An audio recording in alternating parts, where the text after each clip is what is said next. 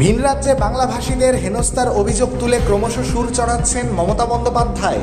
পাল্টা ভাষ্য তুলে বিজেপি বলছে, ধরপাকড়ের মুখে যারা পড়েছেন তাদের কেউ ভারতীয় নন, তারা বাংলাদেশি অথবা রোহিঙ্গা। কিন্তু মমতা বা তৃণমূল শুধু ভাষ্যে আটকে নেই। বাঙালি অস্মিতার প্রশ্নে জনমত তৈরিতে শাসক শিবির লাগাতার পথে নামতে শুরু করেছে। তাই বিজেপিকেও নামতে হয়েছে পাল্টা জনসংযোগে।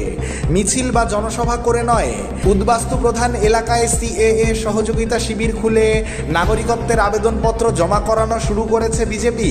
সিএএ বিধির কয়েকটি দিক বারবার প্রচারে এনে উদ্বাস্তু এলাকায় আতঙ্ক কাটানোর প্রচেষ্টাও শুরু করেছে তারা। সিএএ কার্যকর হওয়ার পর থেকেই মতুয়া মহাসংঘ উত্তর 24 পরগনা এবং নদিয়ার উদ্বাস্তু এলাকায় আবেদনপত্র জমা নেওয়া শুরু করেছিল।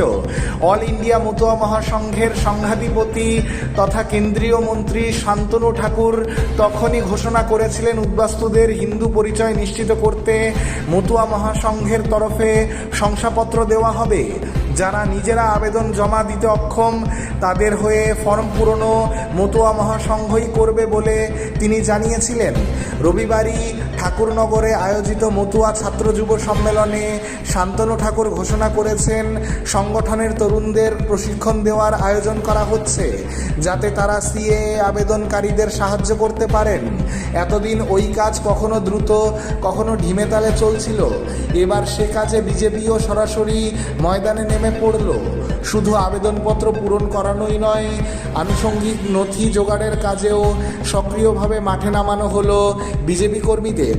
ব্যুরো রিপোর্ট, রাষ্ট্রীয় প্রসার বাংলা।